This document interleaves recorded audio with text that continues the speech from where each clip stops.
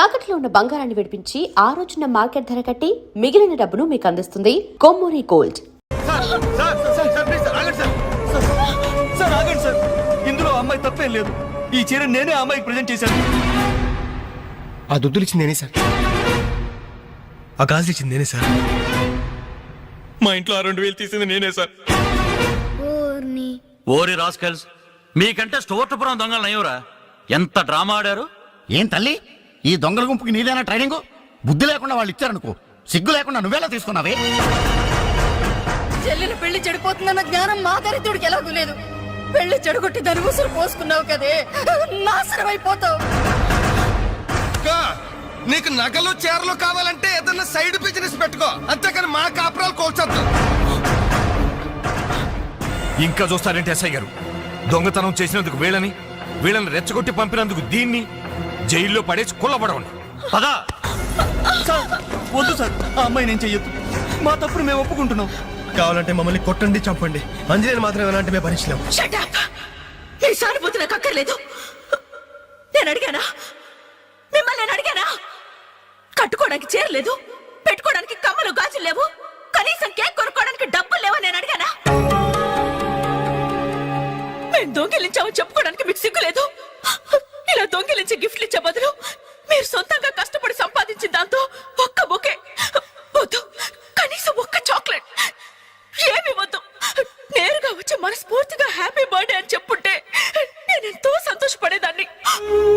అది వదిలేసి నడి బజార్లో నా ఒంటి మీద బట్టలు లాగేసి నగ్నంగా నిలబెట్టినందుగా నన్ను అవమానించారు. చాలు, ఈ అవమానాలు చాలు. తెరిచిన కానుకలు దాచుకుంటుంటే నా ఒంటి మీద తేళ్లు జరలు పాకినట్టుంది, నిలువున నిప్పుల్లో కారిపోతున్నట్టుంది. వద్దు, నాకేమీ వద్దు. మీ వస్తువులు మీరే తీసుకోండి.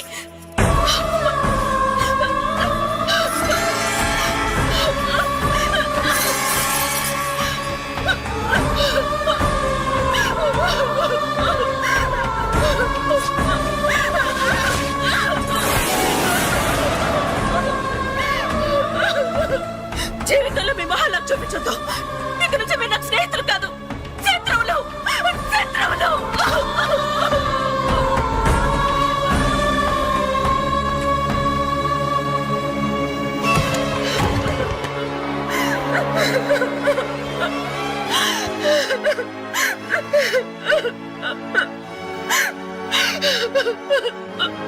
అంజలి, ఆగు, లోపలికి రావద్దు. ఇంత జరిగినా మళ్ళీ నా ఇంటికి రావడానికి నీకు సిగ్గులేదు? నీకే చెప్పేది, మర్యాదగా వెళ్ళిపో. పోలీసులకు ఫోన్ చేస్తాను. I love you.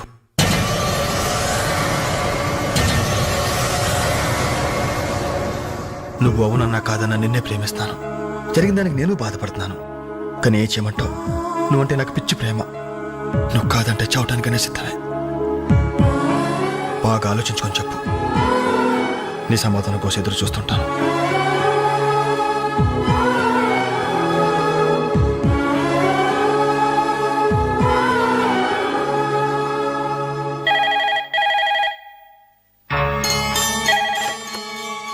Hello hello అంజలి, నేను బాలు మారుతాను. దయచేసి ఫోన్ మాత్రం పెట్టద్దు. నేను చేసిన పనికి నా మీద నీకు కోపంగా ఉంది కదా? నేను ఎందుకు అలా చేశాను నీకు తెలుసా? ఐ లవ్ యూ అంజలి. నువ్వు అవునన్నావు అనుకో, అదృష్టవంతుడి. కాదంటే అంతే.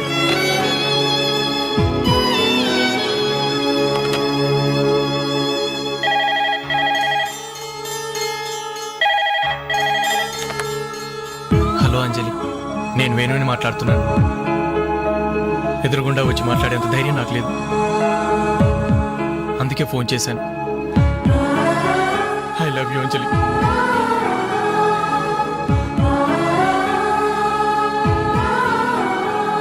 అర్థం చేసుకుంటావు అనుకుంటాను.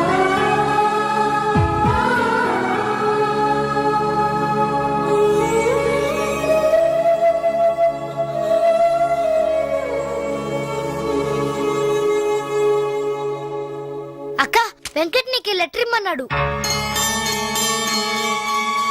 క్షమించంజలి, మన స్నేహం మొదలైనప్పటి నుండి నీ మీదే నా ఆశ, ధ్యాస, కలలు, కవిత్వాలు. Really I love you. నువ్వు కాదంటే ఈ ప్రాణం, ఈ జీవితం, ఈ ప్రపంచం నాకు ఏది వద్దు. నీ వెంకట్.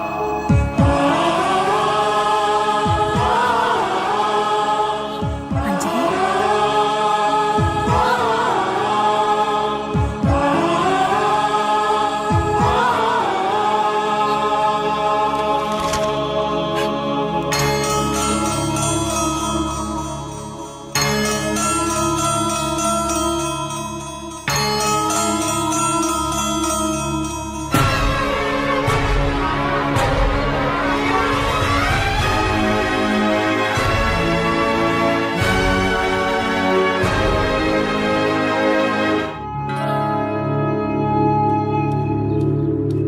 టంటడాన్ టన్ టన్ టన్ టన్ టంటడాన్. అనలు టేక్ చాక్లెట్స్.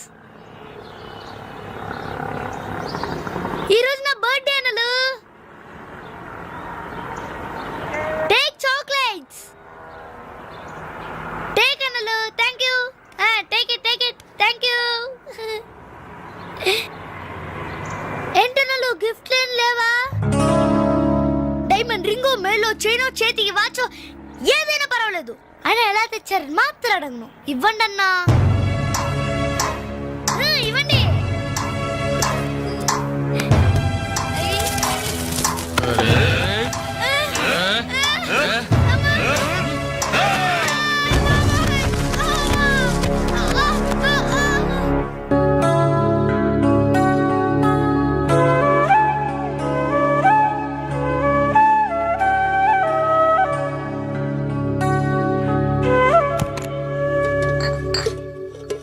రవి, నీకేదో ఉత్తరం వచ్చిందిరా, టేబుల్ మీద పెట్టాను.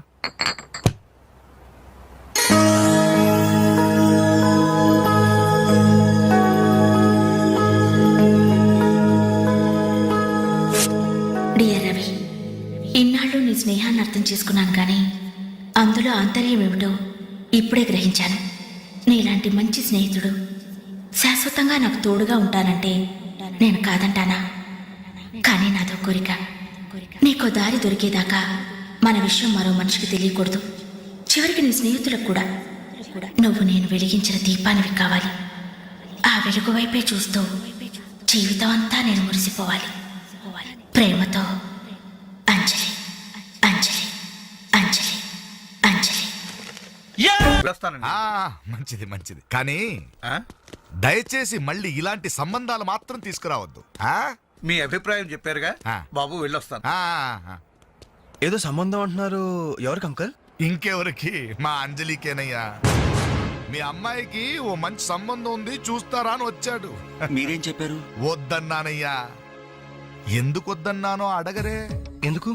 అబ్బాయి అందంగానే ఉంటాడు, తరతరాలకి సరిపడే ఆస్తి, పైగా ఒకడే కొడుకు. మరి పని పంగు ఏమీ లేదు, తినడం తిరగడం. అలాంటోడికి మా అమ్మాయిని ఎలాగయ్యా ఇవ్వడం? పైగా తనేమో ఉద్యోగం చేస్తూ నెలకు 10,000 సంపాదిస్తుంది. ఇప్పుడు మీరే చెప్పండి, రేపెవరైనా నీ భర్త ఏం చేస్తాడమ్మా అని అడిగితే ఏం చెప్పాలి? వీలున్నప్పుడు భోజనం చేస్తాడు, ఖాళీ దొరికినప్పుడు కడుపు చేస్తాడని చెప్పుకోలేదుగా. చెప్పుకోలేదుగా. ఉద్యోగం పురుష లక్షణం. పని చేసి పెళ్ళాన్ని పోషించలేని వాడు అసలు మగాడే కాదు.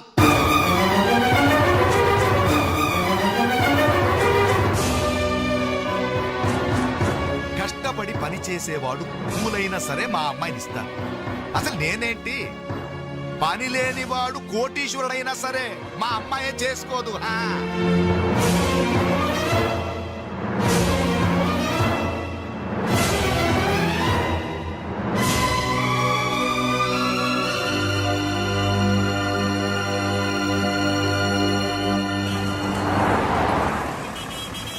ఇక్కడ ప్యూన్ పోస్టులు తప్ప వేరే ఖాళీలేవు లేవయా?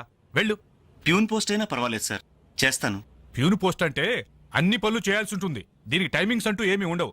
వర్క్ చాలా హెవీగా ఉంటుంది. చేస్తావా? చేస్తాను సార్. సరే, మావిడ వస్తుంది. ఆవిడే ఇక్కడ బాస్. ఆవిడతో ఒక మాట చెప్పి, అదిగో మాటల్లోనే వచ్చేసింది. చిన్నదిరా ఎర్ర ఎర్రని బుగ్గలురా టమకు టమాటం నున్న జబ్బలురా టమకు టమాటం. డిగ్రీ పూర్తి ఎన్నాళ్ళైంది? 5 years అయింది సార్.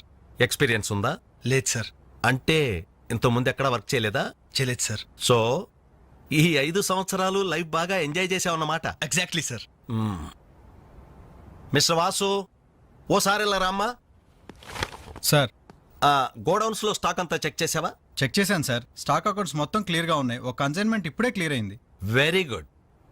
అన్నట్టు మొన్న నువ్వు రాసింది 5th సెమిస్టర్ కదూ? Final semester sir. పాస్ అవుతావా? డిస్టింక్షన్ ఎక్స్పెక్ట్ చేస్తున్నాను sir. Wish you all the best. Thank you sir. వెళ్ళి పని చూసుకో.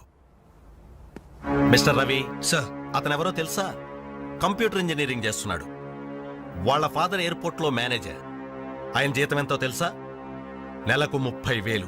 ఈ రోజు అతను ఇక్కడ పనిచేయాల్సిన అవసరం లేదు, కానీ తన సంపాదనతో చదువుకోవాలని ఇక్కడ పార్ట్ టైం జాబ్ చేస్తున్నాడు. మరి నువ్వు ఒక మామూలు మెకానిక్ కొడుకున్నట్టున్నావు. పైగా 5 సంవత్సరాలు ఖాళీగా ఉన్నావు. 5 రోజులు పాలు పిండకపోతే పాడి గీత కూడా పాలివ్వదు. నాకు కావలసింది వట్టిపోయిన గేదెలు కాదు, నడుం వంచి పనిచేసే మనిషి. You can go.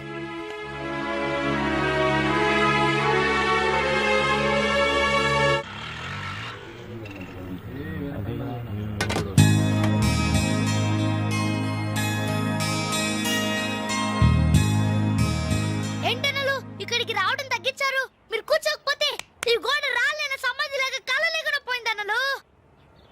సరే సరే సరే, ఏం తింటారో చెప్పండి. ఇడ్లీ, వడ, దోశ, పూరి, చపాతి, మిరపకాయ బజ్జీ, అరటికాయ బజ్జీ, ఉల్లిపాయ బజ్జీ.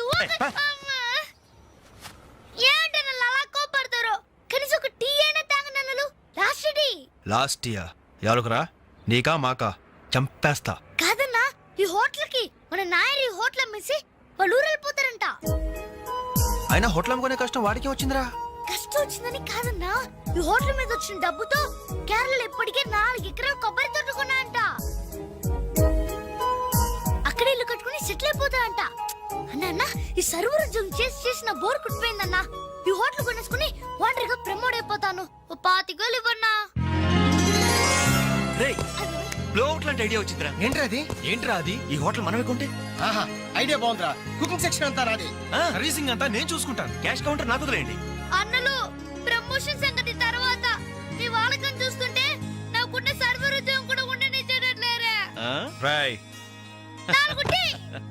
ఎలా ఉంది ఐడియా? ఐడియా బానే ఉంది, కానీ పైసా కాసాయగా. యహాసే. అవును, మీరు సిన్సియర్ గా కష్టపడతామంటే నేను ఎంకరేజ్ చేయలేనా ఏంటి? పైగా మీరు హోటల్ పెడితే మా ఇంట్లో గ్యాస్ ఖర్చు కూడా తగ్గినట్టే. మనకెందుకు ఈ చింత? ఆంధ్ర బ్యాంక్ ఉంది మన చింత. ఏంట్రా మన కోసం తనకి ఎందులో ట్రబుల్? ఇందులో ట్రబుల్ ఏముంది? నేనేం ఫ్రీగా ఇస్తానలేదే, ఫైనాన్స్ చేస్తా. నెలకి 100కి 3 రూపాయలు వడ్డీ. అయితే ఇంకెందుకు లేటు? అర్జెంట్ గా 5,000 ఇచ్చేయండి. రేపే మొదటి దోశతో హోటల్ ప్రారంభం. ఒక దోశ. క్లాస్ పార్టీ వచ్చింది, టేబుల్ క్లీన్ చేయరా. ఓకే రండి సార్, కూర్చోండి. ఏం తింటారు సార్? కాజాలు బజ్జీ, బోనికపూర్ బోండా, ఉషా ఉత్తప్పం, ఉదితనారాయణ ఉప్మా. ఏం కావాలి సార్ మీకు? ఈ హోటల్ కావాలి. కస్టమర్స్ మీరు కూడా కామెడీ చేస్తే మా బిజినెస్ ఏమవుతుంది సార్? క్లోజ్ అవుతుంది సార్. ఇంతకీ ఈ హోటల్ లాయర్ గారు ఎక్కడ? ఆయన మాకు ఈ హోటల్ అమ్మేసి ఎప్పుడో కేరళకి వెళ్ళిపోయాడు సార్. అమ్మడానికి వాడేవాడు, కొనడానికి మీరెవరయ్యా? మర్యాదగా హోటల్ వదిలేసి బయటికి వెళ్ళండి. ఏంటండి, ఏం జరిగింది? ఈ హోటల్ పెట్టడానికి నాయర్ మా బ్యాంకులో అప్పు తీసుకున్నాడు. 6 నెలల నుంచి ఇన్స్టాల్మెంట్స్ కూడా కట్టలేదు. ఈ హోటల్ అమ్మేసి వెళ్ళిపోయాడని మాకు ఇన్ఫర్మేషన్ కూడా వచ్చింది. సార్ మీరు చెప్పేది నిజమా సార్? ఇంకా అనుమానం అయితే ఆ బోర్డు చూడండి, hypothecated to Andhra bank. Sir, ఆ నాయర్ గారు ప్లేట్లు, గ్లాసులు, స్పూన్లు, బకెట్లు, బిందులు, బెంచులు, కుర్చీలు, ఫెనాయిలు, ఆఖరికి కప్ మీద ఉన్న ఈగలతో సార్ రేటు కట్టి మాకు అట్ట కట్టాడు సార్. పోతూ పోతూ ఆ బోర్డు ఫ్రీగా ఇచ్చాడు. గిఫ్ట్ ఏమో అనుకున్నాం. ఆ బోర్డే మా బోర్డు తిప్పేద్దని మీకు అల్లో కూడా ఊహించలేదేరా. అయినా పూర్తిగా ఎంక్వైరీ చేయకుండా ఈ హోటల్ కొనమని ఎవడయ్యా మీకు సలహా ఇచ్చింది?